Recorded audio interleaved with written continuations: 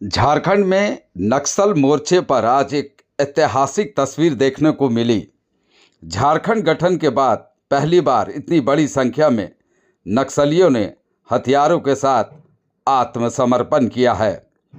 Police मुख्यालय में आयोजित विशेष कार्यक्रम में भाकपा माओवादी के 25 और जेजेएमपी के 2 उग्रवादियों ने हथियार छोड़कर मुख्य धारा में लौटने का फैसला किया।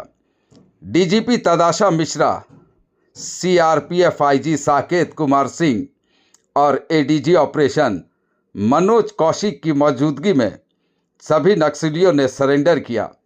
सरेंडर करने वालों में ऐसे नक्सली भी शामिल हैं जिन पर लाखों रुपए का इनाम घोषित था।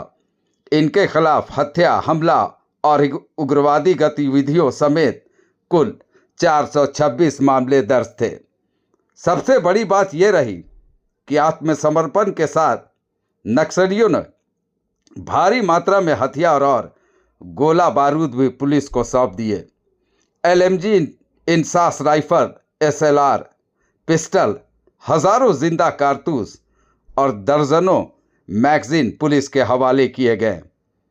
बताया जा रहा है कि सारंडा के जंगलों में सक्रिय ये नक्सली पिछले 1 महीने से बाहर निकलने की कोशिश में थे।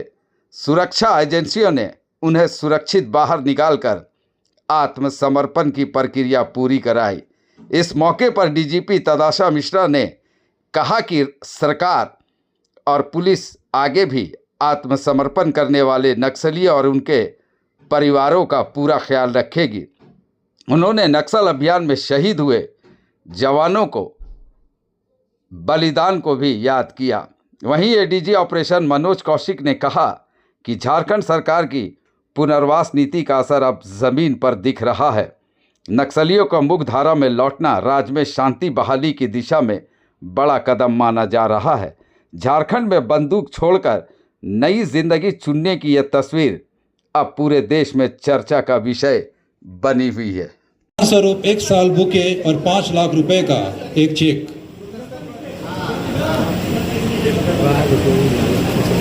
चाहती हूँ कि जिस तरह उन्हें स्वागत किया गया है, आगे भी हम लोग उनका ख्याल रखेंगे।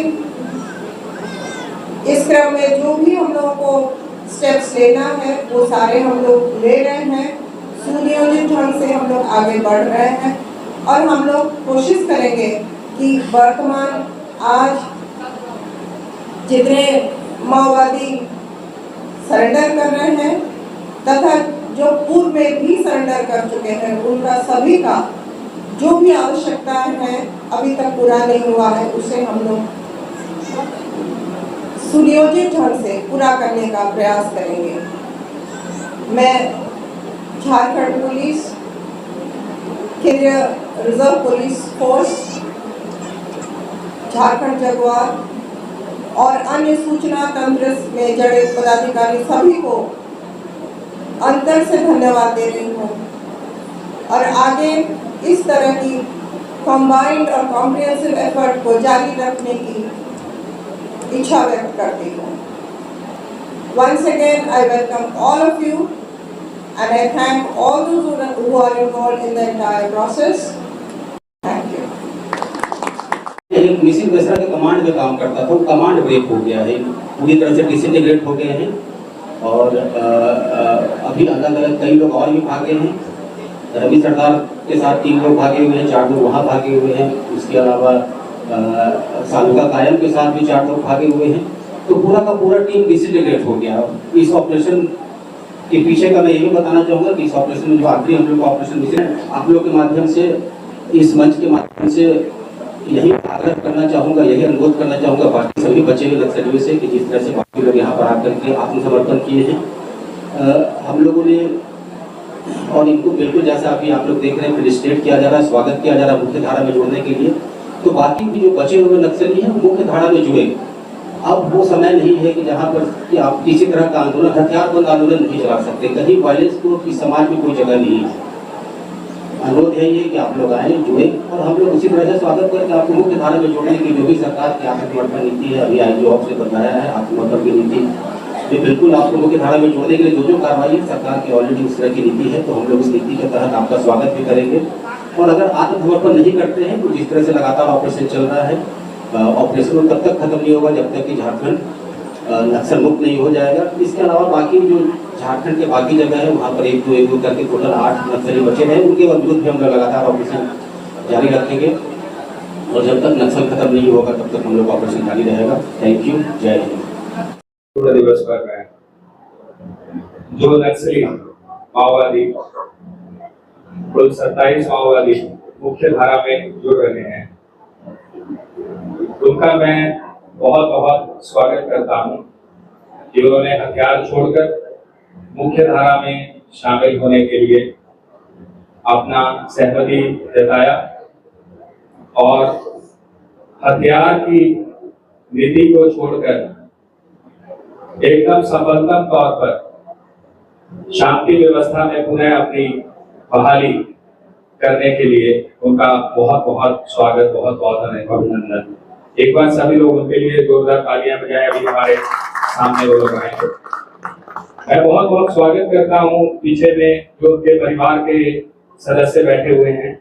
हमारी डीजीपी महोदया का ये स्पेशल कंसर्न था कि क्योंकि उनके परिवार के लोगों ने इस नक्सलवाद का दंश हम लोगों से भी ज्यादा झेला है, क्योंकि दिन रात वो इस उम्मीद में थे कि उनके जो साथ में लोग भटक के उधर चले गए हैं वो अवश्य एक दिन वापस लौटेंगे।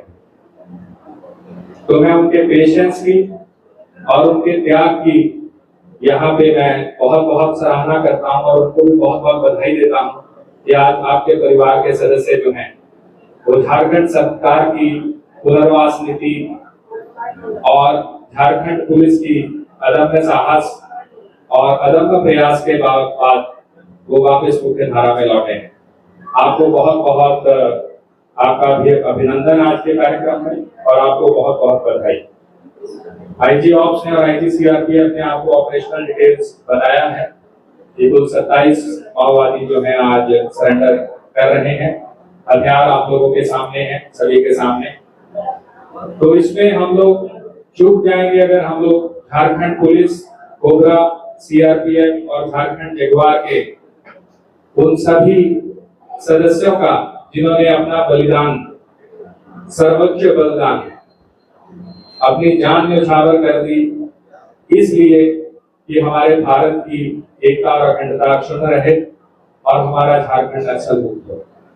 एक बार उन सभी जो बलिदान, जिन्होंने सर्वोच्च बलिदान हमारे झारखंड की सुरक्षा के लिए दिया, मैं उनको इस मंच से बहुत बहुत नमन करता हूँ। और साथ ही मैं डीजीपी महोदया का बहुत बहुत इस मंच से आभार भी व्यक्त करता हूँ, क्योंकि इन्हीं के मार्गदर्शन में जितने भी ऑपरेशंस हैं और जितने भी ऑपरेशन ये नवजीवन भी है जो उनको वापस लाने के लिए किया गया, इसमें हमारे इंटेलिजेंस ऑर्गेनाइजेशंस का भी, सीआरपीएफ का भी और झारखंड पुलिस का, चाईबासा पुलिस, गोला पुलिस, इनका बहुत ही जबरदस्त योगदान रहा है।